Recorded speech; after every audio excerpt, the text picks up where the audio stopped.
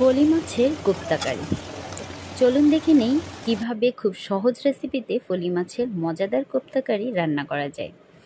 এখানে আমি দুটি ফলি মাছের কাটা ছাড়িয়ে নিয়েছি। তারপর দিয়ে দিলাম পেঁয়াজ বাটা, মরিচ, হলুদ, জিরা, ধনিয়া গুঁড়া, এরপর লবণ, কিছুটা আদা রসুন পেস্ট, তারপর পেঁয়াজ ও কাঁচামরিচ কুচি এবং একটু ধনিয়া পাতা কুচি দিয়ে ভালোভাবে মিক্স করে নিলাম।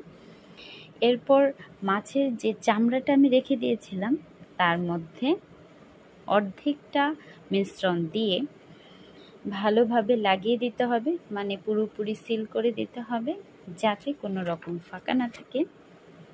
এতে করে মাছটা ভাজার সময় ভেঙে যাওয়ার সম্ভাবনা কম এবং ভিতরের অংশটা পুড়েও যাবে না। মাছের মিশ্রণটা এখানে একটু বেশি হয়ে গিয়েছিল, তাই একটু কমিয়ে নিয়ে আমি নিচ থেকে চামড়াটা উপরের দিকে তুলে ভালোভাবে লাগিয়ে দিলাম। একইভাবে আমি আরেকটা মাছের চামড়াতে বাকি মিশ্রণগুলো দিয়ে ভালোভাবে সেট করে নিয়েছি, ভাজার সময় যেন কোনো অসুবিধা না হয়, কারণ মাছটা সেট করা একটু সময়ের ব্যাপার। যাই হোক, এবার ভাজার পালা। কড়াইটা ভালোভাবে গরম হলে তাতে তেল দিয়ে দিতে হবে, তাতে কড়াইতে মাছটা লেগে যাওয়ার চান্স কম। আমি তারপরেও দেখছিলাম কড়াইতে মাছটা লেগে যাচ্ছে, তাই তেলের মধ্যে একটু লবণ ছিটিয়ে মাছটা দিয়ে দিলাম।